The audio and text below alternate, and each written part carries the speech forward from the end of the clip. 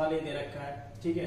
मैंने कल जो लगाया था सवाल सेम, खाली संख्या चेंज है, बाकी पूछा हूबहू वैसे ही है।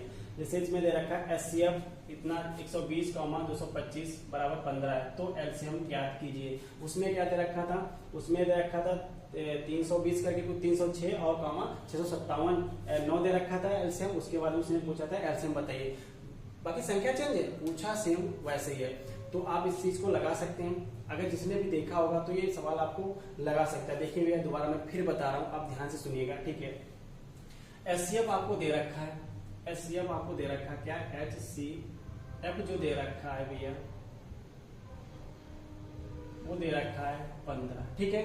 उसने कहा है कि एलसीएम यानी एलसीएम हमें ज्ञात करना है। तो चलिए भैया उसने पहले एचसीएफ दे रखा है, अगर एचसीएफ नहीं देता, कह देता कि एचसीएफ भैया इतना है और नहीं देता तो एचसीएफ निकालते, फिर जाके हम एलसीएम दोनों को निकालते, लेकिन वो दे रखा है तो कोई दिक्कत नहीं, बहुत आसान है। देखिए तो एलसीएम कितना 120, 225 बराबर, ठीक है।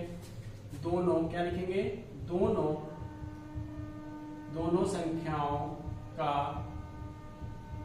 गुणनफल, गुणन भी लिख लो या गुणनफल लिख लो, कोई दिक्कत नहीं। और नीचे हो जाएगा HCF, ये मैंने बोला था इससे पहले, यही तो बोला था मैंने, दोनों संख्याओं का गुणनफल और HCF। अच्छा दोनों संख्या गुणनफल, दोनों संख्या यही तो हुई है, ठीक है। तो क्या लिखेंगे 120 गुणे 225 और नीचे 15, ऐसे 15 रखा। अब चाहिए 5 से ये कट जाएगा, जब 15 डायरेक्ट है 5, चलो 5 से कट, 5 दिया 15 और 5 दूनी 10, 2 बचा, 5 चौको 20, 3 एक कम 3, 3 अट्ठे 24, कट गया।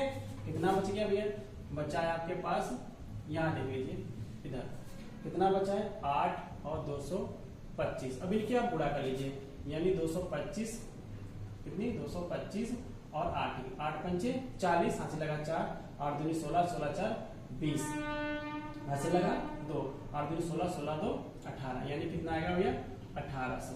ये आपका आंसर आ गया। एक बार चेक कर लीजिए गुणा करके, फिर 8 पंचे 40, हाथ से लगा 4, 8 दूनी 16, 16 4 20, हाथ से लगा 2, 8 दूनी 16, 16 2 18, 1800 आ गया, ठीक है। तो ये सवाल आपका लग गया, ठीक है। अगर मैं इस सवाल को ऐसे आपको बता दिया, ठीक है, लग गया। अगर मैं इस सवाल की संख्या को चेंज करते हैं, ठीक है, मैं अपने तरीके से चेंज कर लेता हूँ, क्या आप लोग बता सकते हैं कि सवाल ये लग जाएगा? एक बार इसको देख लीजिएगा, ठीक है। मैं संख्या को चेंज कर रहा हूँ तो